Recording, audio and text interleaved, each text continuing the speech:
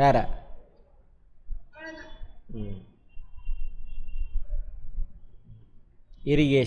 இரிகேஷன்னா என்ன சார்? நம்ம மேனுவலாக அந்த கிராப்ஸுக்கு வந்துட்டு வாட்டர் சப்ளை பண்ணுவோம் மேனுவலாக, அதுக்கு பேர் தானே இந்த இரிகேஷன். புரிஞ்சதா? ஒன்று கால்வாய் வச்சியோ அல்லது நிறைய மெத்தட் இருக்குது, ட்ரிப் இரிகேஷன், ஸ்ப்ரிங்கிள் இரிகேஷன், இந்த மாதிரி மேனுவலாக நம்ம அந்த கிராப்புக்கு வாட்டர் சப்ளை பண்ணோம் அப்படின்னோம்னா அதுக்கு பேர் தானே அது இரிகேஷன். பிளான்ட்டுக்கு வாட்டர் ரொம்ப முக்கியமா இல்லையா? கிராப் க்ரோ ஆகிறதுக்கு வாட்டர் முக்கியமா இல்லையா? எதுக்கு முக்கியம்?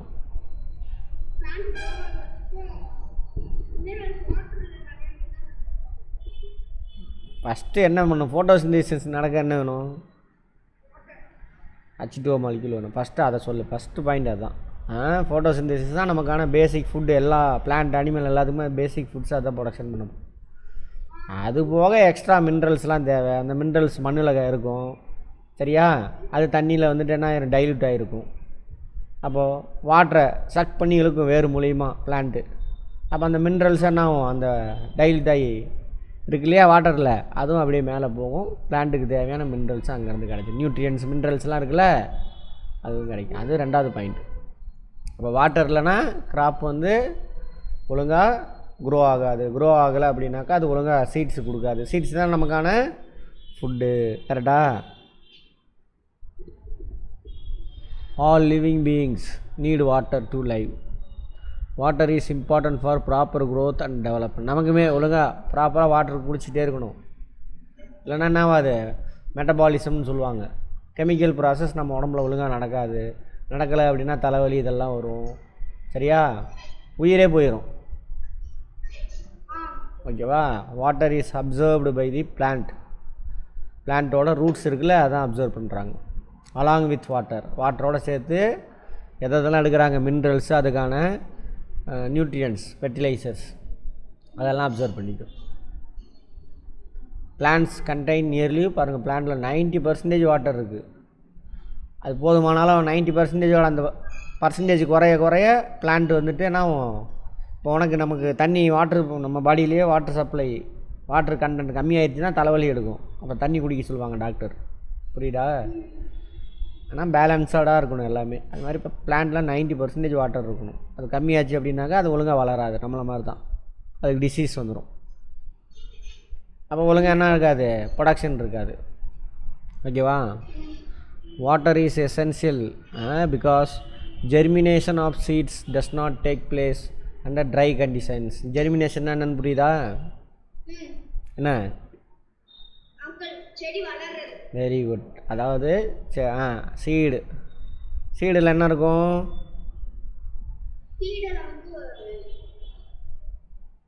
அந்த செடியோட நான் சொன்ன ஆங்கிள்லேயே யோசி. வெரி சிம்பிள், மனப்பாடம் பண்ணாது.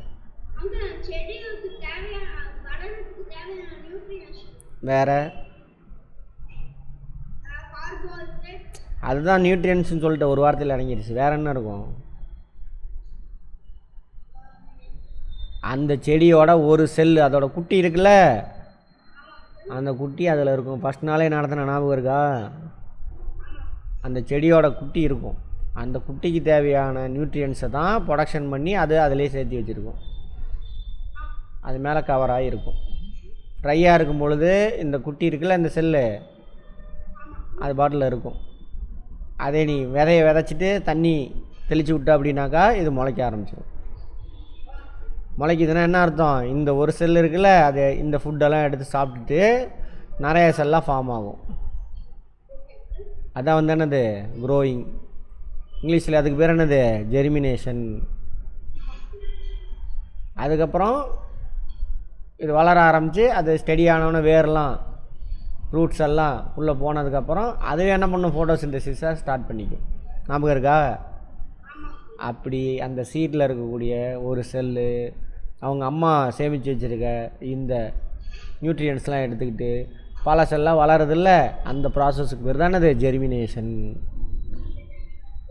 பார்த்துருக்கியாத எங்கேயாவது?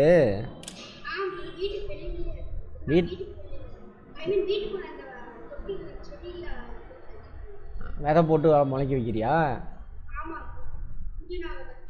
புதினா இதெல்லாம் போடுறியா? Very good. சரி, அது இல்லாமல் வீட்டில் பச்சை பயிர் பாசி பயிரெலாம் முளை கட்டி தராங்களாம்மா? அதே ஜெர்மினேஷன் ப்ராசஸ் தான். அங்கே இந்த வேலை தான் நடக்கும், புரியுதா? அவங்க அம்மா கொடுத்துருக்க ஃபுட்டை வச்சுக்கிட்டு அதில் இருக்கக்கூடிய ஒரு செல் இருக்குல்ல, அந்த பாசி பயிரோட செடியோட ஒரே ஒரு செல் மட்டும்தான் அங்கே இருக்கும். அது அவங்க அம்மா சேமித்து வச்ச ஃபுட் எடுத்துகிட்டு க்ரோ ஆகும் அப்படியே. அதான் முளை கட்டி சாப்பிட்றதுன்னு சொல்கிறாங்களே அது. சரி, அடுத்தது அதை மண்ணில் போட்டிங்கன்னா வளர்ந்து செடியாக மாறிடும். சரி, nutrients dissolved in water are transported to the each part of the plant. கரெக்டாக இப்போ தானே பார்த்தோம், தண்ணியில் டிசால்வ், மண்ணில் இருக்கக்கூடிய தண்ணி H2O மாலிக்யூலில் மண்ணில் இருக்கக்கூடிய நியூட்ரியன்ஸ்லாம் டிசால்வ் ஆகிருக்கும். ஸோ அதெல்லாம் த்ரூ ரூட்ஸு டிரான்ஸ்போர்ட் ஆகும் each and every part of the plant. நுனியில் இருக்கக்கூடிய இலையிலேருந்து அதோட பார்க் இருக்குல்ல, தண்டு, எல்லா வேறு அடியில் இருக்கக்கூடிய வேறு வரைக்கும் எல்லாத்துக்கும் தண்ணி சப்ளை ஆகும். தண்ணி சப்ளை ஆகும் பொழுது அதுக்கு தேவையான நியூட்ரியன்ஸ் இருக்குல்ல, நேற்று பார்த்து நைட்ரேட்ஸு, பாஸ்பரஸு, பொட்டாஷு, இது மாதிரி ஏகப்பட்டது, அதெல்லாம் டிரான்ஸ்போர்ட் ஆகும். அப்போ தண்ணி இல்லைன்னா பிளான்ட் கான் பி க்ரோ, செத்து போயிடும், டிசீஸ் ஆகிரும். சரி, water also protects the crop from both frost and hot air currents. Frostனா என்ன?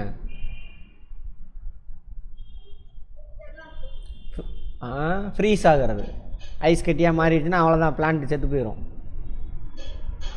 ஓகேவா? அதேமாதிரி ஹாட் ஏர் கரண்ட்ஸு, இப்போ பயங்கரமாக இப்போ வெயில் அதிகமாக அடிக்குதா,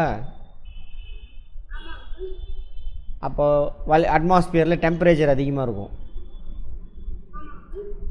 அப்போ என்ன ஆகும் அப்படின்னாக்கா, இப்போ நம்ம உடம்பு இருக்குல்ல, பாடி இருக்குல்ல, ஸ்வெட் எதுக்காகுது, வியர்வை எதுக்கு வருது?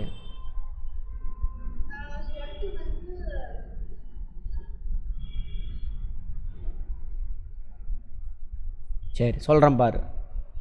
ஸ்வெட்டிங் ஆகுதா? ஏன் ஆகுதுன்னு பாரு. இப்போ அட்மாஸ்பியரில் டெம்பரேச்சர் அதிகமாக இருக்கா, உன்னை சுற்றி அட்மாஸ்பியரில் டெம்பரேச்சர் அதிகமாகுதா?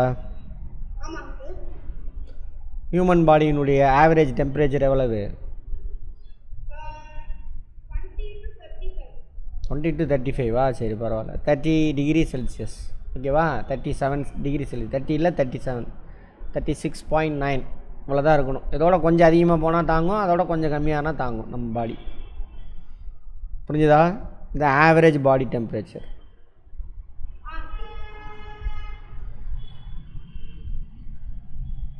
Body temperature. அப்போ இதுக்கு மேலே போகும்பொழுது நம்ம பாடி தாங்காது, புரிஞ்சுதா? இதே லெவல் மெயின்டைன் பண்ணணும். ஏன்னா நம்ம வந்துட்டு வார்ம் பிளட் அனிமல். யாரு? அதை பற்றிலாம் அப்புறம் தெரிஞ்சுக்கலாம். Warm blood animal. ஆவரேஜ் டெம்பரேச்சரை மெயின்டைன் பண்ணணும். இப்போ பாடி இப்போ அட்மாஸ்பியர்லேயே பார்த்தா அப்படின்னாக்கா 40 டிகிரி செல்சியஸ்லாம் போகும் டெம்பரேச்சர். அப்போ நம்ம அட்மாஸ்பியர்லேருந்து டெம்பரேச்சரை நம்ம பாடி அப்சர்வ் பண்ணும். அப்போ நம்ம உடம்பு தாங்காது. அப்போ என்ன பண்ணணும்னா நம்ம உடம்பு அப்போ தான் ஸ்கின் என்ன பண்ணுன்னா ஸ்வெட்டை வெளியில் அனுப்பும், வாட்டரை வெளியில் அனுப்பும், ஸ்கின்னுக்கு வெளியில் அனுப்பும். அதான் ஸ்வெட்டிங் ஆகுது. சரியா? வியர்வை வெளியில் வருதா, வந்தோடனே என்ன ஆகுனாக்கா இந்த ஸ்வெட்டு வந்துட்டு வாட்டர் வேப்பராக ட்ரான்ஸ்ஃபர் ஆகும். வாட்டர் வேப்பராக மாறினா என்ன வேணும்? ஹீட் வேணும். அந்த ஹீட் எங்கேருந்து எடுத்துக்கணும்? நம்ம பாடியிலேருந்து எடுத்துக்கும். அப்போ பாடி அட்மாஸ்பியரில் டெம்பரேச்சர் அதிகமாக இருக்கிறதுனால, நம்ம பாடியோட அட்மாஸ்பியரில் டெம்பரேச்சர் அதிகமாக இருக்கிறதுனால அட்மாஸ்பியர்லேருந்து நம்ம பாடிக்கு என்ன ஆகும்? ஹீட்டு ட்ரான்ஸ்ஃபர் ஆகும். அப்போ நம்ம உடம்பு தாங்காது. அதை சமாளிக்கிறதுக்காக என்ன பண்ணும்? நம்ம ஸ்கின்னு வாட்டர் வேப்பரை வெளியில் அனுப்பும். அதுக்கு பேர் தான் என்னது? ஸ்வெட்டிங். ஓகேவா? வாட்டர் மாலிக்யூல் வெளியில் வருது. அப்போ ஸ்கின்னுக்கு வெளியில் வந்து அந்த வாட்டர் மாலிக்யூல் இருக்கும். அப்போ ஃபேன் காற்றடிக்குதா, அது வந்து அடித்தோடனே இது வந்துட்டு வாட்டர் வேப்பராக மாறுறதுக்கு ட்ரை பண்ணும் அந்த ஸ்வெட்டு வாட்டர். நம்ம பாடியிலேருந்து வெளியில் வந்த வாட்டர் அதுக்கு பேர் ஸ்வெட்டிங் அப்படின்றோம். ஓகேவா? அது வாட்டர் வேப்பராக மாறுறதுக்கு ஹீட்டு தேவை. அந்த ஹீட் எங்கேருந்து எடுத்துக்கும்? நம்ம பாடியிலேருந்து எடுத்துக்கும். புரிஞ்சுதா? அப்போ நம்ம பாடியோட டெம்பரேச்சர் என்ன ஆகும்?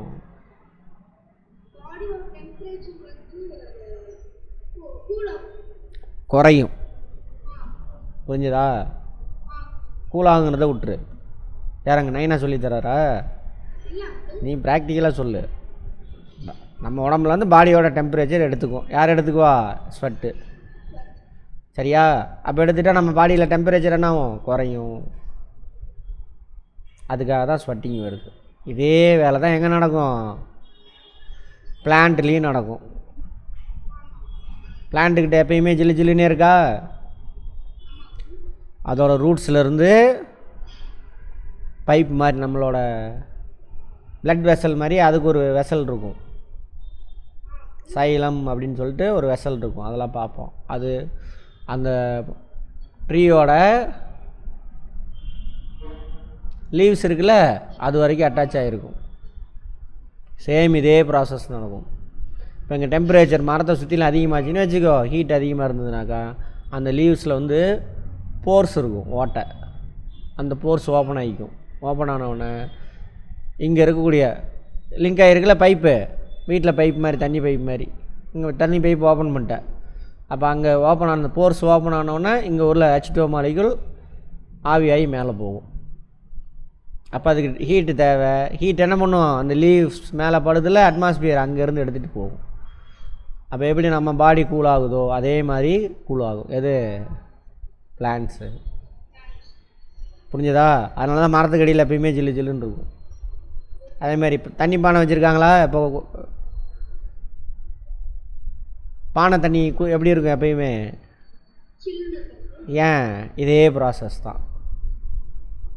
வெளியில் அட்மாஸ்பியர் டெம்பரேச்சர் அதிகமாக இருக்கும், 40 டிகிரி செல்சியஸ் அந்த மாதிரி இருக்கும். இப்போ பானையில் வந்து போர்ஸ் இருக்கும். புரியுதா? போர்ஸ் வழியாக H2O மாலிகுல் வெளியில் வரும். அந்த H2O மாலிகுல் ஹீட் அந்த பானை மேலே சர்ஃபேஸ் இருக்குல்ல, அதில் உள்ள ஹீட் எடுத்துகிட்டு ஆவியாயிரும். அப்போ பானை எப்பயுமே ஜில்லு ஜில்லுன்னே இருக்கும். பானைக்குள்ளே தண்ணி எப்படி இருக்கும்? அட்மாஸ்பியரோட டெம்பரேச்சர் கம்மியாக இருக்கும்.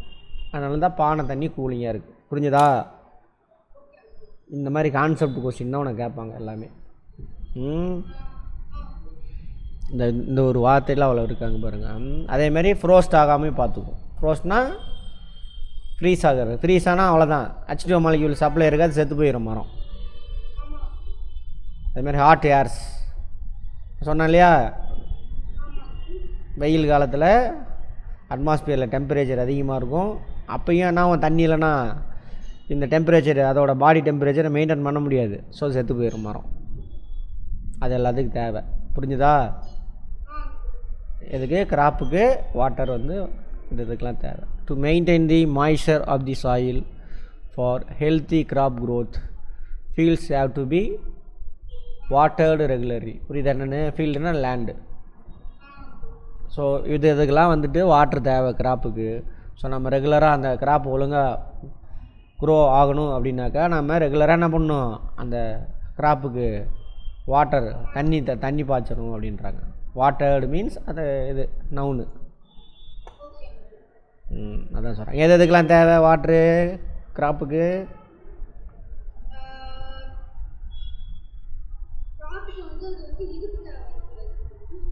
ஃபோட்டோசிந்தசிஸ்க்கு தேவை. அப்புறம் மினரல்ஸ், அதில் டிசால்வ் ஆகிருக்கக்கூடிய மினரல்ஸ் எடுத்துகிட்டு வரணும், அதுக்கு தேவை. தண்ணி இல்லைன்னா மினரல்ஸ் கிடைக்காது, அவ்வளோதான். இல்லைன்னா டிசீஸ் வந்துடும். அடுத்து என்ன தேவை? ஃப்ரோஸ்ட்டு, ஃப்ரீஸ் ஆகிடக்கூடாது அதிகமான கூலிங்கினால். அதே நேரத்தில் அதிகமான டெம்பரேச்சர்னால என்ன ஆயிரும்? கருகி போயிடக்கூடாது. இதெல்லாம் மெயின்டைன் பண்ணணும் அப்படின்னாக்கா கட்டாயம் அதுக்கு வாட்டர் வேணும். எதுக்கு? பிளான்ட்ஸ். இதுதான் கொஸ்டினாக வரும் உனக்கு, பார்த்துக்கோ. சரியா? சரி. The supply of water to crops at regular interval is called irrigation. மேனுவலாக ஃபஸ்ட்டே பார்த்தோம்ல, இரிகேஷன் தான் பார்த்தோம். மேனுவலாக வாட்டர் சப்ளை பண்ணணும் கிராப்புக்கு அப்படின்னா அதுக்கு பேர் தான் irrigation. The time and frequency of irrigation varies from crop to crop. இப்போது time and supply of water. Supply of water வந்து டைமுக்கு டைம் ஒவ்வொரு கிராப்புக்கும் ஒரு சில கிராப்புக்கு டெய்லின்னு வாட்ரு பண்ணிக்கிட்டே இருக்கணும். ஒரு சில கிராப்புக்கு அப்படி டெய்லியும் பண்ணக்கூடாது, பண்ணால் ப்ரொடக்ஷன் நடக்காது. ஒரு சில வாட்டருக்கு 24 hours தண்ணி அதோட ரூட்டில் வந்து நின்றுட்டே இருக்கணும் ஃபீல்டில். ஒரு சில கிராப்புக்கு அப்படி நிற்கக்கூடாது, நின்றுச்சுன்னா உனக்கு விளைச்சல் வராது, ப்ரொடக்ஷன் இருக்காது. அதான் சொல்கிறாங்க. அப்போ ஒவ்வொரு கிராப்புக்கும் ஒவ்வொரு மெத்தடில் நம்ம வாட்ரு பண்ணணும். ஓகேவா? Right. Soil to soil and season to season. அதுவும் இல்லாமல் கிராப் டு கிராப்புக்கு வேரி ஆகும். என்ன சாயிலில் நீ கிராப் போட்டிருக்க அதை பொறுத்து வேரி ஆகும், சீசனுக்கு தகுந்த மாதிரி வேரி ஆகுன்றான். சம்மரில் அதிகமாக வாட்டர் பண்ணணும், புரியுதா? ரெயின்ஃபால் டைமில் வாட்டரிங் நம்ம அவ்வளோவா பண்ண தேவையில்லை. அதுவே எங்கேருந்து அட்மாஸ்பியர்லேருந்து கொட்டிடும், நம்ம வாட்டரிங் எதுவும் பண்ண தேவையில்லை. அதுதான் சொல்கிறாங்க. அதே இப்போ சம்மர் வாட்டரிங் பண்ணி ஆகணும், தண்ணி இருக்காது சாயிலில், சரியா? Right. In summer the frequency of watering is higher. Why is it so? ஏன் அப்படி பண்ணணும்னு சொல்கிறான்?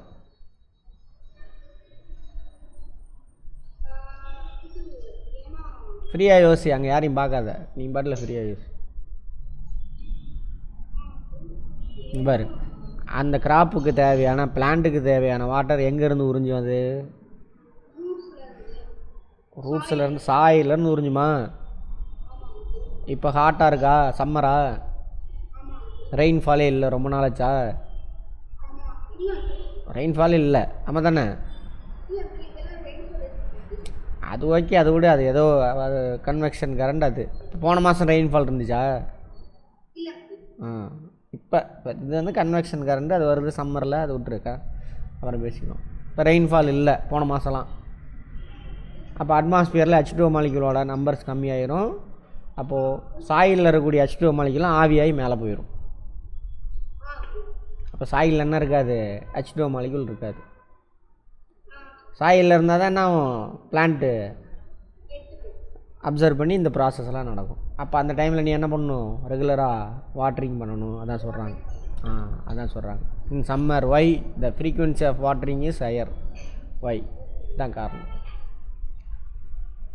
Could it be due to increased rate of evaporation of water from the soil and the leaves? சம்மரில் அதிகமான ஹீட்டாக இருக்கா, டெம்பரேச்சர் அதிகமாக இருக்குமா? அப்போ ஈஸியாக என்ன ஆயிரும்? H2O மாலிகுலாம் எவாபரேட் ஆகி போயிட்டே இருக்கும்.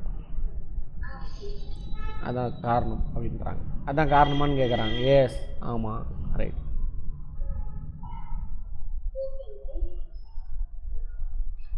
Sources of irrigation. Sources means எங்கேருந்து நீ அந்த தண்ணி அதுக்கு கொடுக்குற அப்படின்னு. அந்த பிளான்ட்டுக்கு இரிகேஷன் பண்ணுறதுக்கான தண்ணி உனக்கு எங்கேருந்து வருது, அதுக்கு பேர் தான் சோர்ஸ். உனக்கு சோர்ஸ் ஆஃப் மணி அது யார்? Very good. அது மாதிரி அதுக்கு இரிகேஷனுக்கு சோர்ஸ் ஆஃப் இரிகேஷன் அப்படின்றான். புரிஞ்சுதா? எங்கெங்கெல்லாம் இருந்து தண்ணி பாய்ச்சுறாங்க? வெல்ஸ். உங்கள் தாத்தா காட்டில் இருக்கா, கிணறு இருக்கா, போய் பார்த்துருக்கியா? அகலமாக வெட்டியிருப்பாங்க அதில். அப்புறம் டியூப்வெல்ஸ். உங்கள் வீட்டில் போர் போட்டிருக்காங்களா? அதான் டியூப்வெல்ஸ். போர் போட்டு ஒரு பைப்பு உள்ள சொருகியிருப்பான். பெரிய அகலமாக வெட்டினா வெல்ஸு, சின்ன ஓட்டை போட்டு பைப்பு ரொம்ப தூரத்துக்கு இறக்கி விட்டா டியூப்வெல்ஸ். சரியா? அதே அகலமாக ரொம்ப ஆழமாக இருந்தால் வெல்லு, அகலமாக ஷாலோ ஆழம் கம்மியாக இருந்தது, அதுக்கான வாட்டர்லாம் அது சுற்றிலும் உள்ள ஏரியாவில் ரெயின்ஃபால் இருக்கிறப்ப அதில் வந்து கலெக்ட் ஆகி இருக்கும். அதுக்கு பேர் பாண்டு. பாண்ட்ஸே பெருசாக இருந்தது அப்படின்னா லேக்ஸு. சரியா? பாண்டு சின்னது, லேக்ஸ்னால் பயங்கர பெருசு. Reverse, running water. ஒகேனக்கல்லில் தண்ணி நிறையா வருதா? எங்கேருந்து வருது? அது கர்நாடகாவில் ரெயின்ஃபால் இருக்குது, அங்கேருந்து ஓடி வருது ரன்னிங் வாட்டர். அதான் ரிவர்ஸ். காவேரி ரிவர்.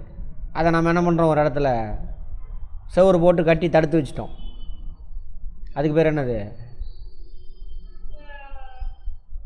டேம்ஸ். ஒவ்வொரு டேர்மையும் கரெக்டாக ப்ராப்பராக யூஸ் பண்ணணும். ஏதோ பண்ணிட்டோம் மார்க் வாங்கணும் அப்படி இருக்கக்கூடாது. சரியா? ரைட். டேம்ஸ். அதே கேனால்ஸ்.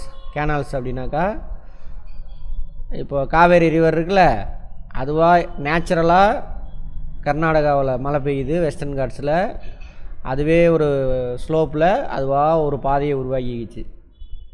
அந்த பாதையில் அது எப்பயுமே ரெகுலராக ஓடிக்கிட்டே இருக்கும். அந்த மாதிரி நேச்சுரலாக அதுக்கான பாத்தை க்ரியேட் பண்ணி ஓடிச்சு அப்படின்னா அதுக்கு பேர் ரிவர். அப்போ நீ மேட்டூர் டேம் வந்திருக்கியா? சரி, அடுத்த தடவை கூட்டிகிட்டு போக சொல்லு நைனாவை. அங்கேருந்து என்ன ஆகுனாக்கா மேட்டூர் டேம் கட்டிட்டாங்களா, கட்டி தண்ணி ரொம்ப அதிகமாயிரும். ஆனதுக்கப்புறம் நம்ம மேனுவலாக ஒரு டிச்சு வெட்டி, டிச்சுன்னா ஆழப்படுத்தி அது வழியாக நம்மளாக உருவாக்கணும் பார்த்தது. ஹியூமன் மேடு பாத்தில் அந்த வாட்டரை எடுத்துகிட்டு போய் நிறைய இடத்துக்கு சப்ளை பண்ணுவோம். சரியா? அதுக்கு பேர் என்னது? கேனால்ஸ்.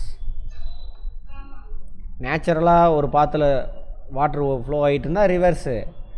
நம்மளே மேனுவலாக உருவாக்கணும்னா அதுக்கு பேர் கேனால்ஸ். ஓகேவா?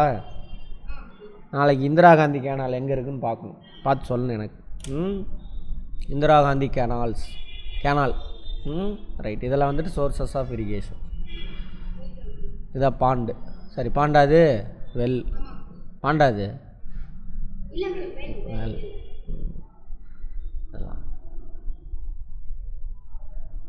சாம்ப் பம்புன்னு சொல்லுவாங்க. பழமையான மெத்தடு. இப்போலாம் வந்துட்டு மோட்டார் பம்ப் வந்துருச்சு. இதெல்லாம் பழைய மெத்தடு. இதெல்லாம் இந்த மாதிரி மாடை வச்சு இது பண்ணுறது இதெல்லாம் ட்ரெடிஷ்னல் மெத்தட்ஸ் ஆஃப் இரிகேஷன். இதெல்லாம் the water available in wells. இந்த வெல்லுக்கு தேவையானதெல்லாம் எங்கே இருக்குன்னா, இந்த மண்ணெல்லாம் ஊறி இருக்குல்ல வாட்டர், அதெல்லாம் இங்கே இந்த இடத்துல ஹோல் போட்டோன்னா அதெல்லாம் இங்கே வந்து கலெக்ட் ஆகிக்கும். அப்புறம் நம்ம எடுத்து வெளியில் அனுப்பிடலாம். அதில் டிஃப்ரெண்ட் மெத்தட்ஸ் இருக்குது. அதான் போட்டிருக்கு. Wells, lakes and canals is lifted up by different methods. தண்ணி எப்படி இறச்சி, ஏன்னா உள்ளே கிடக்குதில்ல, அதை நம்ம என்ன பண்ணணும், லிஃப்ட் பண்ணி மேலே ஊற்றுனா தான் போய் ஃபீல்டில் போய் பாயும். உள்ளே இருக்கிற தண்ணியை மேலே கொண்டு வரணும். எப்படி எடுத்துகிட்டு வராங்க, அதில் டிஃப்ரெண்ட் மெத்தட்ஸ் இருக்குது. அது கேட்டில் இந்த மாதிரி என்ன பண்ணுவாங்க, இந்த இடத்துல இந்த கைத்தில் மாடு கட்டியிருப்பாங்க. அந்த மாடு இழுத்துட்டு அப்படியே போகும், சைன்னு முன்னாடி போகும். அப்போ கயிறு மேலே லிஃப்ட் ஆகும், அதை எடுத்து இவன் ஊற்றுவான். அதான் கேட்டில். அதே வேலையை 2 மனுஷன் நின்றுட்டு என்ன பண்ணுவாங்க, இந்த பக்கம் இந்த மனுஷன் நின்றுட்டு கயிறு போட்டு இறச்சி ஊற்றுவாங்க. அப்படியும் பண்ணலாம். அதெல்லாம் பழைய மெத்தடு. இப்போல்லாம் அதுக்கு என்ன வந்துருச்சு, மோட்டார். அவ்வளோதான், முடிஞ்சு போச்சு. லெஸ் எஃபிஷியன்ட், சீப்பர், செலவு கம்மி நமக்கு, பட் லெஸ் எஃபிஷியன்ஸ். அதுக்கெல்லாம் மோட்டர்லாம் நீ ஃபிட் பண்ணணுன்னா 1 லட்சம் 2 லட்சம் ஆகும். இதுக்கு அதெல்லாம் தேவையில்லை. நம்ம இருக்கிற மாட்டை வச்சு நம்மளே பண்ணிக்கலாம். சீப்பர், சரியா, பட் லெஸ் எஃபிஷியன்ட். மோட்ரு வந்து 1 மணி நேரம் கிணத்தையே காலி பண்ணிடுச்சுனாக்கா நம்ம ஒரு நாள் ஃபுல்லாக இறச்சா தான் காலி பண்ண முடியும். ஸோ அதனால தான் லெஸ் எஃபிஷியன்சி அப்படின்றாங்க. இதெல்லாம் புள்ளி சிஸ்டம் தான் இந்த மெத்தட்லாம். செயின் பம்பு, அது ஏதோ ஒரு மெத்தட்லாம் இருக்குதா, இது மாதிரி செயின் பம்பா. அதை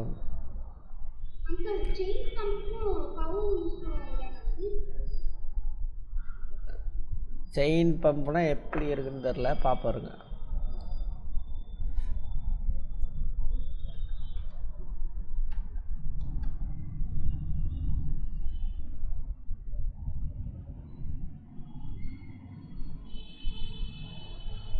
அது ஒரு மெத்தடு. அந்த மாதிரி சுற்றிக்கிட்டே இருக்கும்.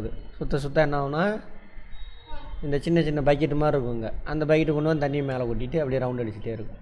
சினிமாவெல்லாம் பார்த்துருப்பா, சாங்ஸ்லாம் வரும் அது. அடுத்து இதெல்லாம் வடமொழி பேராக இருக்கு. லெவலர் சிஸ்டம் வந்து இதுதான் செயின் பம்பிங். நாங்கள் போட்டிருக்கா, இது இங்கே போட்டிருக்கா செயின் பம்பிங் அந்த மாதிரி. சரி, அது சும்மா பார்த்துக்கோங்க. பழைய மெத்தட் இப்போல்லாம் இல்லை. அது pumps are commonly used for lifting water. அதில் அந்த பம்ப் எப்படிலாம் இருக்குது, டீசல் யூஸ் பண்ணி பம்பிங், பயோகேஸ் யூஸ் பண்ணலாம். அந்த மோட்டர் ஃபங்க்ஷன் ஆகுதுல்ல, அதுக்கு அப்புறம் எலக்ட்ரிசிட்டி. இப்போ எலக்ட்ரிசிட்டி தான் நம்ம அதிகமாக யூஸ் பண்ணுறோம். எலக்ட்ரிசிட்டியில் சோலார் எனர்ஜி யூஸ் பண்ணுறோம். ஓகேவா? இப்போது அந்த மேனுவலாக பண்ணோம்ல, மேனுவலாவோ கேட்டல் வச்சோ பண்ணிக்கிட்டு இருந்த வேலையை இப்போ ஆட்டோமேட்டிக் மோட்டார்ஸ் வச்சு பண்ணுறோம். அந்த மோட்டாருக்குள்ள இத்தனை டீசல் ஊற்றி மோட்டாரை ரன் பண்ணலாம், பயோகேஸ் வச்சு மோட்டார் ரன் பண்ணலாம், எலக்ட்ரிக் கரண்ட்டை வச்சு ரன் பண்ணலாம். எலக்ட்ரிக் கரண்டில் ஒரு மெத்தடு சோலார் எனர்ஜி ரன் பண்ணலாம். அதெல்லாம் சொல்கிறாங்க modern methods of irrigation. Sprinkle அடுத்தது. இது வந்துட்டு உள்ள அந்த வாட்டர் பாடியிலேருந்து எப்படி வாட்டரை லிஃப்ட் பண்ணுறோம், அது இந்த மெத்தடு. சரியா? அதில் ஓல்டு மெத்தடு, இப்போ லேட்டஸ்ட் மெத்தட்லாம். இது பார்த்திங்க அப்படின்னாக்கா அந்த ஃபீல்டுக்கு எப்படி தண்ணி பாய்ச்சிரும், ஸ்ப்ரிங்கிள் இரிகேஷன் அப்படின்னு இருக்கும். ஸ்ப்ரிங்க்லர் பார்த்துருப்பீங்க, அந்த பார்க்கு இதெல்லாம் போனீங்க அப்படின்னாக்கா சாயந்தரம் போட்டு விட்ருப்போம் ஒரு சின்ன பைப்பு, புஷ்ஷுன்னு மேலே அடிக்கும் தண்ணி, டப்பு டப்பு டப்பு டப்பு டப்புன்னு சுற்றிக்கிட்டே இருக்கும். சரியா? அந்த கிராஸ்லாம் இருக்கு இல்லையா, அதுக்கெலாம் வாட்டரிங் பண்ணுவாங்க. இதுக்கு பேர் ஸ்ப்ரிங்கிள் இரிகேஷன். கம்மியான வாட்ரு டிமாண்டு தேவை யாருக்கு, அந்த கிராப்ஸுக்கு. அந்த மாதிரி கிராப்ஸுக்கு ஸ்ப்ரிங்கிள் இரிகேஷன் யூஸ் பண்ணுவாங்க. அதே மாதிரி ஃப்ளவரிங் வரக்கூடாது. அது ஃப்ளவரிங் வந்தாக்க பூ கீழே கொட்டிடும். அந்த மாதிரி கிராப்ஸுக்கு மட்டும் இதை யூஸ் பண்ணுவாங்க. கம்மியான வாட்டர் தேவை. சரியா? ஃப்ளவரிங் வராதது அந்த மாதிரி இதுக்கு ஸ்ப்ரிங்கிள் இரிகேஷன் யூஸ் பண்ணுவாங்க. The system is more useful on uneven land. அதே மாதிரி அன்ஈவன் லேண்ட்லாம் இருக்குல்ல, இப்போ இந்த பேடி செட் ஆகாது. வீட்டெலாம் இருக்குல்ல, வீட்டுக்கெலாம் வந்துட்டு அந்த அதோட ஃபீல்டுக்கு வந்துட்டு தண்ணி நிற்கவே கூடாது, தூரில் நிற்கக்கூடாது, நிற்க தேவையில்லை, சும்மா ஈராக இருந்தால் போதும். வீட்டு அப்புறம் மில்லட்ஸ்லாம் இருக்குல்ல, சிறுதானியம், அதுக்கெலாம் அந்த பிளான்ட்டோட அந்த ஃபீல்டு இருக்குல்ல, ரூட்டில் தண்ணி நிற்க தேவையில்லை, சும்மா ஈராக இருந்தால் போதும். அப்புறம் பல்சஸ்னால் இது கிரைன்ஸ் கிடையாது. கிரைன்ஸில் வந்துட்டு grains are rich in carbohydrate, they will give you energy. என்னது? கிரைன்ஸ். ஓகேவா? Pulses rich in protein. சரியா?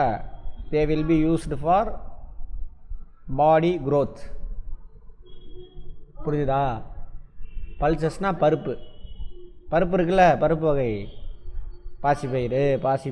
பாசிப்பயிறு, துவரம்பருப்பு, கடலைப்பருப்பு, உளுந்தம்பருப்பு, இதெல்லாம் வந்து பல்சஸ் அப்படிம்பாங்க. பல்சஸ். அதில் என்ன அதிகமாக இருக்கும்? புரோட்டீன் அதிகமாக இருக்கும். புரோட்டீன் எதுக்கு தேவை? பாடி குரோத்துக்கு. நேற்றே பார்த்தோமா?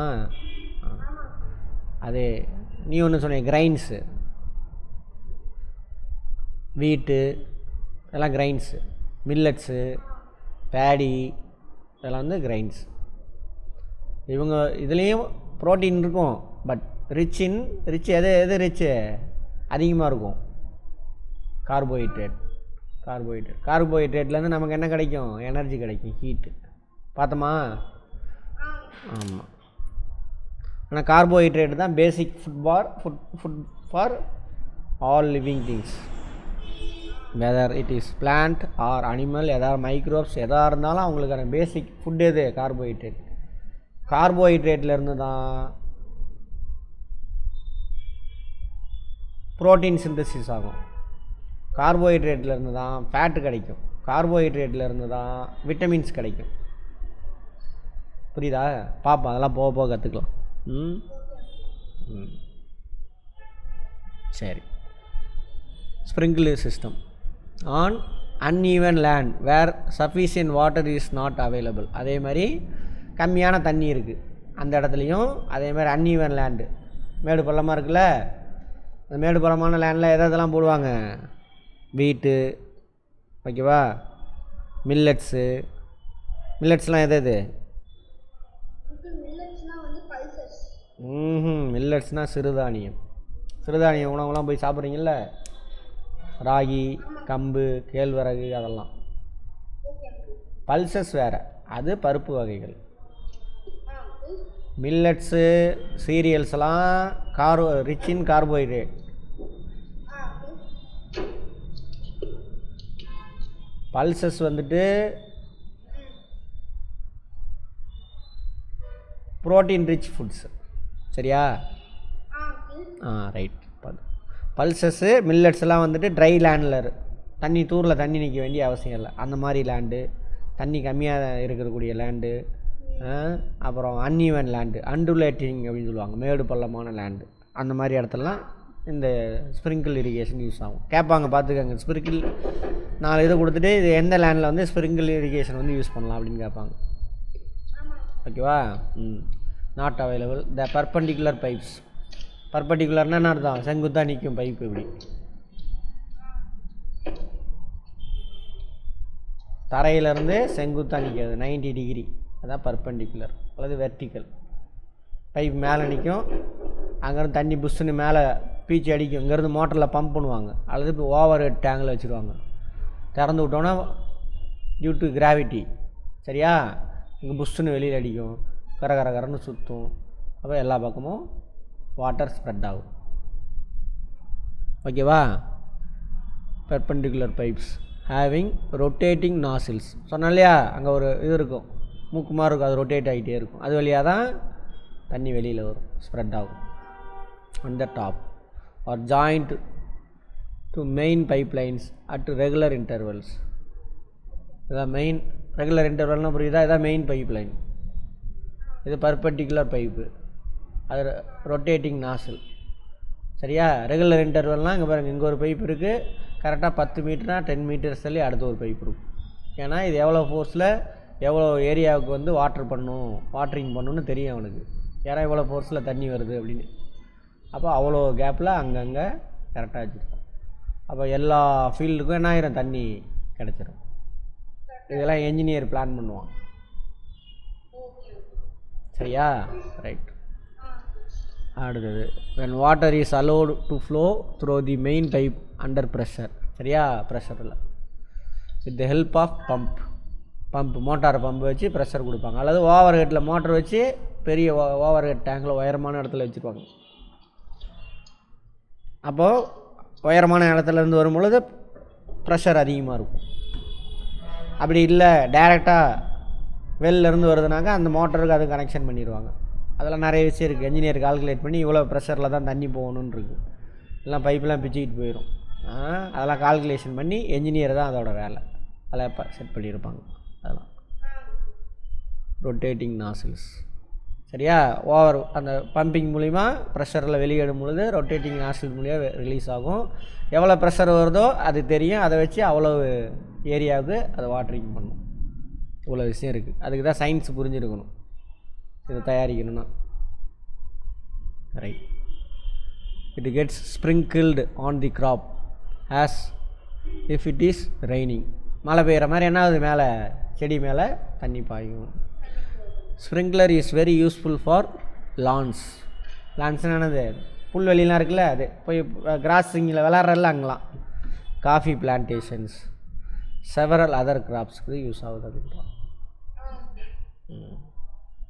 அடுத்தது கேட்பான், எதுக்கு தேவை பார்ப்பான், பார்த்துக்கோங்க. கேள்வி இதெல்லாம் தான் கொஷின் பண்ணுவோம்.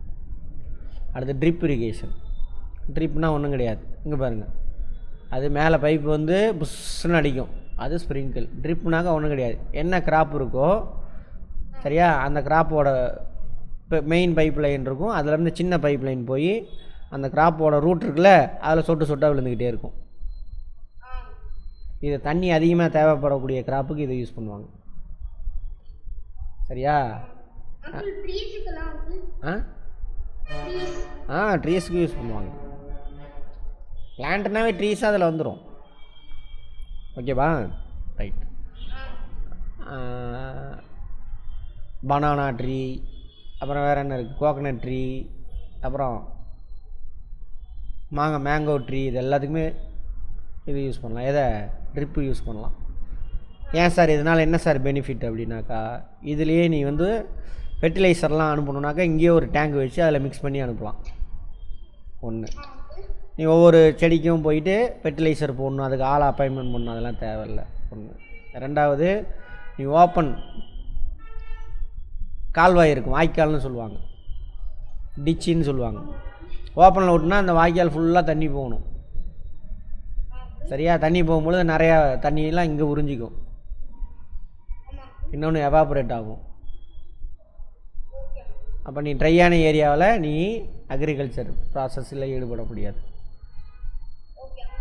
இப்போ இதில் என்ன ஆகுனா கரெக்டாக அதோட ரூட்லேயே சொட்டு சொட்டாக விழுகும், தண்ணி வேஸ்ட் ஆகாது, எவாபரேட் ஆகாது, அதுக்கே போயிடும். அது மட்டும் இல்லாமல் இந்த வாய்க்கால் இருக்குல்ல, டிச்சி, அதில் உள்ள பிளான்ஸ்லாம் உறிஞ்சிக்கும் தண்ணியை, வேஸ்ட் நமக்கு. புரிஞ்சுதா? ஒரு ஏக்கரில் இந்த டிச்சி இருக்குல்ல, ஓப்பன் அந்த கேனால் மூலிமா பண்ணக்கூடிய ஒரு ஏக்கரில் நீ அக்ரிகல்ச்சர் பண்ண தென்னந்தோப்பு வச்சு அப்படின்னாக்கா, அதே தண்ணியை வச்சு ட்ரிப் இரிகேஷனில் பண்ண அப்படின்னா 10 ஏக்கருக்கு ஒன்றால் என்ன பண்ண முடியும்? விவசாயம் செய்ய முடியும். அது மட்டும் இல்லாமல் ஒரு ஏக்கரில் நீ வச்சுருக்கல அந்த தென்னம்பிள்ளை ஒரு 10 தேங்காய் கொடுக்குது அப்படின்னாக்கா, ட்ரிப் இரிகேஷன் பண்ணினாக்கா அது 20 30 தேங்காய் கொடுக்கும்.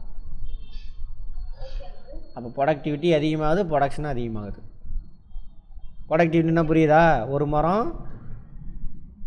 10 உற்பத்தி பண்ணது இப்போ 30 ப்ரொடக்ஷன் பண்ணுது, அதுக்கு பேர் தானே இது ப்ரொடக்டிவிட்டி. இதெல்லாம் இதில் உள்ள ப்ளஸ்ஸு.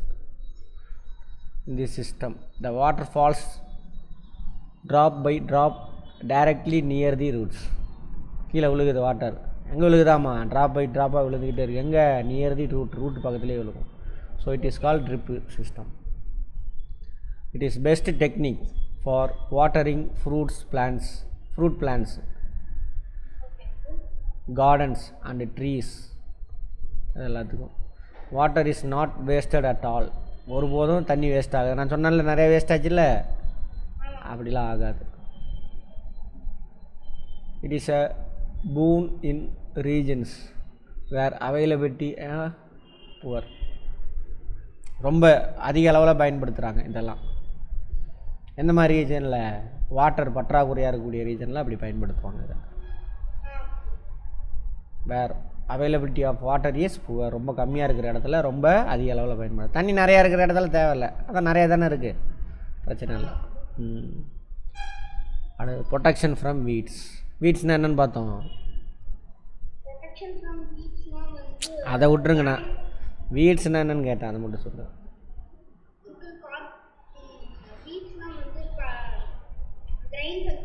கிரைன்ஸா? அந்த வீட்டு கேட்கல நான், வீடு.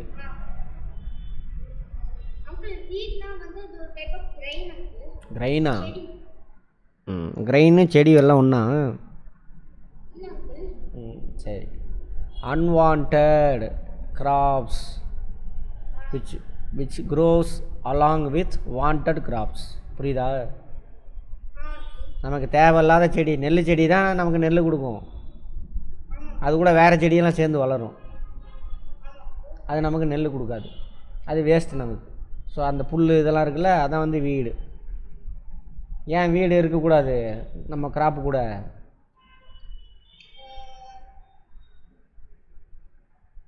வீடு ஏன் இருக்கக்கூடாது?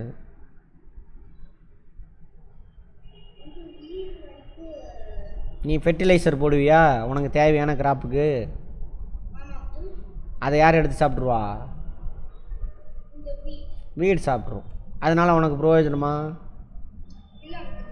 ஸோ அந்த வீடெல்லாம் ரிமூவ் பண்ணணும். ரிமூவ் பண்ணி தான் ஃபெர்டிலைசரே போடணும். நீ மேன்யூர் ஃபெர்டிலைசர்லாம் போடணும். புரிஞ்சதா? நீ அந்த நெல் செடிக்கு தான் போடுற, அது நீ போடக்கூடிய ஃபெர்டிலைசர் மேனூரை ஃபுல்லாக எடுத்துக்கிச்சு அப்படின்னாக்கா அது உனக்கு 100 நெல் தரும். பாதியை வீடு எடுத்துக்கிட்டாரு, அப்போ நெல் என்ன ஆயிரும்? ஒரு செடியில் வரக்கூடிய நெல்லோட அளவு குறைஞ்சி போயிடும். ஒன்று குண்டா வர வேண்டியது ஒல்லியாக போயிடும், அல்லது 100 வர வேண்டிய இடத்துல 50 நெல் தான் வரும். ஆமாம். அப்போ என்ன ஆகும்? என்ன குறைஞ்சி போயிடும்? இப்போ தான் அந்த அதுக்கு பேர் என்னன்னு சொன்னேன், இப்போ தானே பார்த்தோம் அந்த டேர்மு. கீவேர்ட்ஸ்ன்னு சொல்லுவாங்களா, அதுவெல்லாம் ஒன்றுமே கிடையாது. நீ எல்லாத்தையும் ப்ராப்பராக புரிஞ்சிட்டு வந்தீங்கன்னா கீவேர்ட்ஸ் ஆட்டோமேட்டிக்காக வந்துடும். இப்போ ப்ரொடக்டிவிட்டின்னு ஒரு டேர்ம் யூஸ் பண்ணனா, ப்ரொடக்டிவிட்டின்னா என்ன? ஒரு செடியில் எவ்வளவு ப்ரொடக்ஷன் ஆகுது அப்படின்னு பார்த்தா அதுதானே இது ப்ரொடக்டிவிட்டி. புரிஞ்சுதா? ரைட். அப்போ ப்ரொடக்டிவிட்டி குறைஞ்சிரும். அப்போ வீடு இல்லாமல் பார்த்துக்கணும். ஓகேவா? சரி, என்னது 2 பேர் went to the nearby wheat field. இல்லை நார்த் இந்தியாவில் உள்ள கதை. நம்ம ஊரில் வீட்டுக்கு அதுக்கு சம்மந்தமே இல்லை, பேடி தான் நம்மலாம். And saw that there were some other plants in the field. வீட்டு க்ராப் இல்லாமல் வேறு பிளான்ட்ஸ் இருக்குது. சரியா? அதான் வந்து என்னது weeds. in a field many other undesirableனா உனக்கு விரும்பாத, புரிஞ்சுதா? undesirable plants may grow naturally along with the crop. நீ உனக்கு தேவையான டிசைரபிள் கிராப் கூட சேர்ந்து அன்டிசைரபிள் பிளான்ட்ஸும் வளருது. These undesirable plants are called weeds. ஓகேவா? அதான் சொல்கிறாங்க. The removal of weeds is called weeding. மேனுவலாக என்ன பண்ணலாம், அதுக்கு வீடுக்கு அந்த ஹோவா அப்படின்னு ஒரு கருவி யூஸ் பண்ணி ரிமூவ் பண்ணலாம். அப்படின்லாம் அதுக்கு வீடு சைடு பார்த்தோமா, வீடி சைட்ஸ்னால் கொல்றது, வீட்ஸை கொல்றது வீடி சைட்ஸ். வேறு என்ன சைட்ஸ் பார்த்தோம் இது இல்லாமல்? பெஸ்ட்டை கொல்றது பேர் என்னது? Very good. வேறு என்னென்ன பார்த்தோம்? இன்செக்ட் கொல்றதுக்கு பேர் என்னது? இன்செக்டிசைட்ஸ். ஓகேவா? அன்வான்ட் கிராப்ஸை கொல்றதுக்கு வீடிசைட்ஸ். நம்ம கிராப்பை வந்துட்டு மைக்ரோப்ஸு, சின்ன சின்ன மைக்ரோப்ஸ் இருக்குல்ல, அவங்க டிஸ்டர்ப் பண்ணுவாங்க. அவங்கள கொல்றதுக்கு போகிறது பெஸ்டிசைட்ஸ். அவங்க பேர் பெஸ்ட்டு மைக்ரோப்ஸ். அதிலே கொஞ்சம் பெருசு வண்டு கிண்டெல்லாம் இருக்குல்ல, வண்டுக்கு பேர் இன்செக்ட்டும்பாங்க. அதுக்கு பேர் என்னது? இன்செக்டிசைட்ஸ். ஓகேவா? Right. Weeding is necessary since weeds compete with the crop plants for water, nutrients, space and light. எல்லாத்துக்குமே சண்டை போடுவாங்க. அன்வான்ட் கிராப்ஸு நமக்கு வாண்டட் கிராப்ஸு கூட சண்டை போடுவானுங்க. நீ கொடுக்கக்கூடிய தண்ணி, நியூட்ரியன்ஸு, ஸ்பேசஸ், இடத்துக்கு, லைட்டுக்கு. லைட்டுமே லிமிட்டட் தானே? எல்லாத்தையும் சண்டை போடுவாங்க. அதனால் இவங்க குரோ ஆகிறது கம்மியாயிரும். சரியா? Thus they affect the growth of the crop. Some weeds interfere even in harvesting and may be poisonous for animals and human beings. ஒரு சில பிளான்ட் என்ன ஆகுனா அது அன்வான்டு, அது நமக்கு பாய்சனஸ். அதில் வரக்கூடிய விதை இதெல்லாம் வந்து பாய்சனஸ். நம்ம என்ன பண்ணுவோம், நமக்கு தேவையான கிராப்பு கூட சேர்ந்து அதையும் ஹார்வெஸ்ட் பண்ணி அடித்து கொண்டு வந்துடுவோம். அதையும் சேர்த்து சாப்பிட்ருவோம் நமக்கு தேவையான ஃபுட்டு கூட. அப்போ நம்ம என்ன ஆயிரும், அது நம்மளை கொன்றும். அதான் சொல்கிறாங்க. ஃபார்மர்ஸ் அடாப்ட்னா ஃபாலோ பண்ணுறது அப்படின்னு வச்சுக்கோங்க. Many ways to remove weeds and control their growth. நிறையா மெத்தடை அடாப்ட் பண்ணியிருக்காங்க, ஃபாலோ பண்ணுறாங்க. ஓகேவா? Drilling before sowing of crops பார்த்தோம்ல, உழுகிறது. டில்லிங்னா என்ன அர்த்தம்? உழுகிறது, மண்ணை பிரட்டி போடுறது. வயலில் போய் பாரு, ஃபுல்லாக புல்லாக தான் இருக்கும். டில்லிங் பண்ணும்பொழுது என்ன, மண்ணை பிரட்டி போடுறது.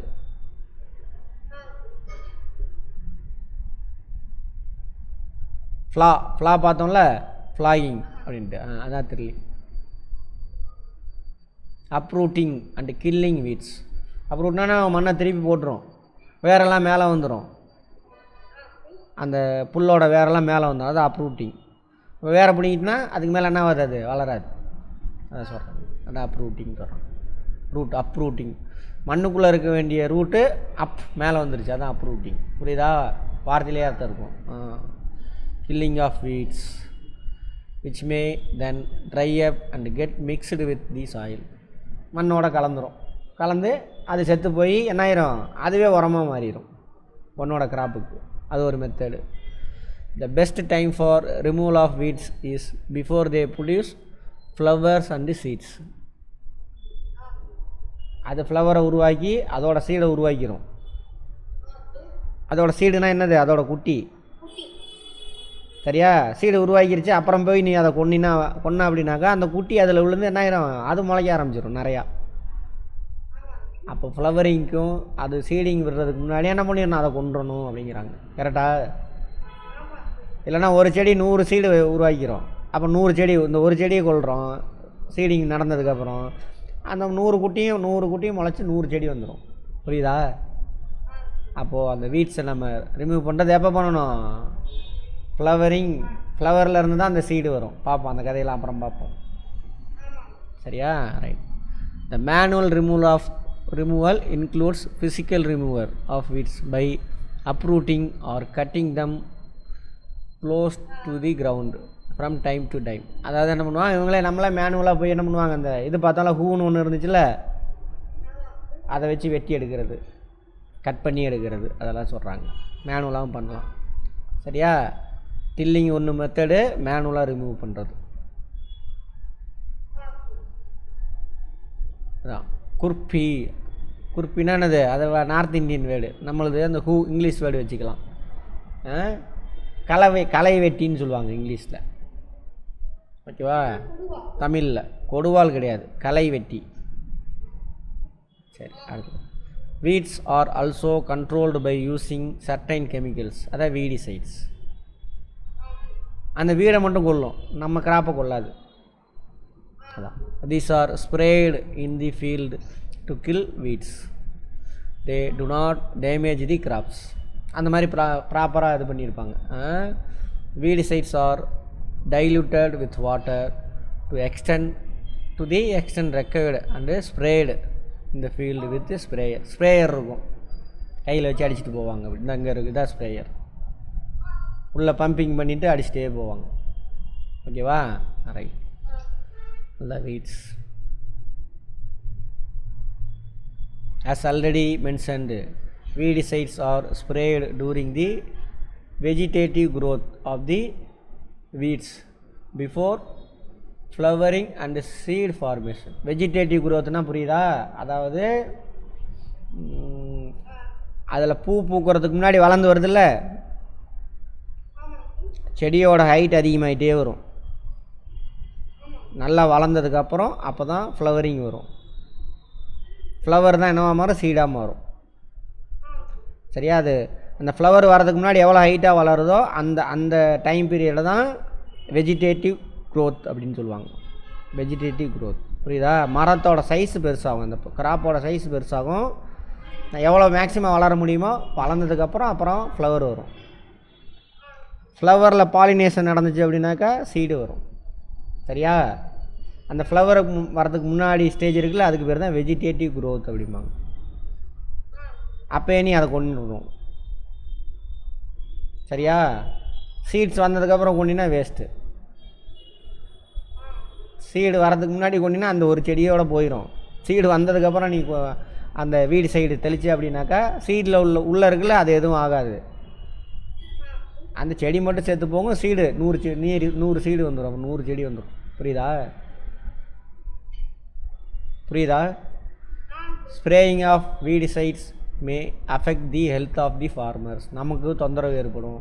ஸோ ப்ராப்பரான அதுக்கான ப்ரீகாஷன்ஸ், மூக்கிலெல்லாம் துணியெல்லாம் கட்டிட்டு பண்ணணும். So they should use these chemical very carefully.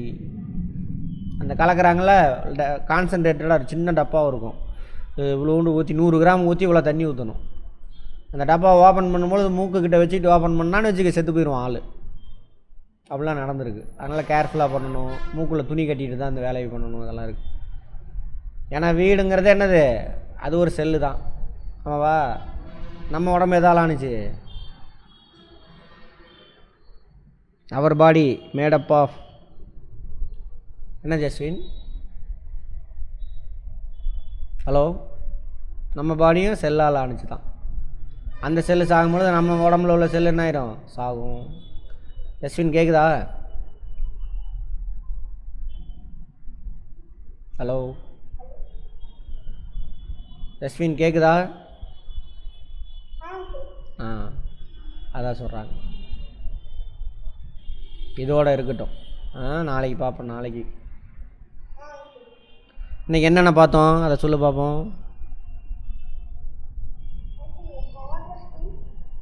மேலே இருந்து வா. இரிகேஷன் கரெக்டா? சோர்சஸ் ஆஃப் இரிகேஷன் என்னென்னு பார்த்தோம். இவ்வளோ தான் என்னது அந்த டெக்னிக்கல் வேர்டாக ஏதோ ஒரு வேர்டு கீ வேர்டு அதெல்லாம். அடுத்தது அதில் ஒவ்வொரு வேர்டும் பாண்ட்னா என்ன, டியூப் வெல்னா என்ன, வெல்ஸ்னா என்ன எல்லாமே நமக்கு தெரியும். ப்ராப்பராக யூஸ் பண்ணணும். தப்பாக ஏதோ யூஸ் பண்ணணும்னு பண்ணாத, அவ்வளோதான். அப்புறம் இரிகேஷன் மெத்தடு, இரிகேஷன் என்ன, டைப்ஸ் ஆஃப் இரிகேஷன் பார்த்தோம். பாஸ்ட்டில் அந்த உள்ளேருந்து லிஃப்ட் பண்ணுறது மெத்தடெல்லாம் பார்த்தோம். அது போக இப்போ நம்ம என்ன மெத்தடில் அவங்களுக்கு இரிகேஷன் பண்ணுறோம், ஸ்ப்ரிங்கிள் இரிகேஷன், அப்புறம் என்ன பார்த்தோம், ட்ரிப் இரிகேஷன். ரெண்டுலாம் வந்து இப்போ லேட்டஸ்ட்டு கம்மியான வாட்டர் வச்சு பெரிய ஏரியாவில் ப்ரொடக்டிவிட்டி அதிகமாக எடுக்கக்கூடிய மெத்தட்ஸ் இதெல்லாம், ட்ரிப் இரிகேஷனும் ஸ்ப்ரிங்கிள் இரிகேஷன். ஓகேவா? அடுத்தது வீட்ஸ்னால் யார், அவங்கள எப்படிலாம் ரிமூவ் பண்ணுறாங்க, வீட்ஸ்னால நமக்கு என்னென்ன பிரச்சனை அதெல்லாம் பார்த்தோம். ஓகேவா? வீட்ஸ் எல்லாம் ரிமூவ் பண்ணிவிட்டு மேன்யூரு ஃபெர்டிலைசர் நீ போடுவேன், அதை எடுத்துகிட்டு இவங்க நல்லா வளருவாங்க. அதுக்கப்புறம் அவங்க ஃப்ளவரிங் வந்ததுக்கப்புறம் என்ன நடக்குவாங்க, பாலினேஷன் நடந்துட்டு சீட்ஸ் வந்துட்டு வெளியிடுவாங்க, நமக்கு தேவையான கிராப்ஸ். அந்த சீட்ஸு உருவாகி அவங்களுக்கு தேவையான ஃபுட்டெல்லாம் அதில் சேமித்து வைப்பாங்க. இப்போ நெல் இருக்குல்ல, நெல்லுக்குள்ளே சேமித்தோன்னா அது ஒரு மெச்சூர் ஸ்டேஜுக்கு வந்ததுக்கப்புறம் இந்த கிராப்பு செத்து போயிடும். அதோட குட்டியெல்லாம் நம்மக்கிட்ட கொடுத்துரும். குட்டி தான் நமக்கு சாப்பாடு. அதை எடுத்துகிட்டு போய் என்ன பண்ணணும், நம்ம அந்த குட்டியை பிரித்து எடுக்கிறோம்ல மெயின் கிராப்புக்கிட்ட இருந்து, அதுக்கு பிறகு ஹார்வெஸ்ட். அதை எடுத்துகிட்டு போய் சேமித்து வச்சு, ஹார்வெஸ்ட் எப்போ நடக்கும், தை மாதம் நடந்துச்சா இப்போ அடுத்த வருஷம் வரைக்கும் ஹார்வெஸ்ட் இருக்காது, அடுத்த வருஷம் வரைக்கும் அதை சேமித்து வைக்கணும். அதுக்கு பேர் தான் என்ன சார் அப்படின்னாக்கா ஸ்டோரேஜ். கிரானரிஸ் ஸ்டோர் பண்ணக்கூடிய வெசல், அதுக்கு பேர் தானே அது கிரானரிஸ், கண்டெய்னர். அவ்வளோதான். இதை நாளைக்கு பார்ப்போம். ஓகேவா? ரைட். வேறு டவுட் ஏதாவது இருக்கா?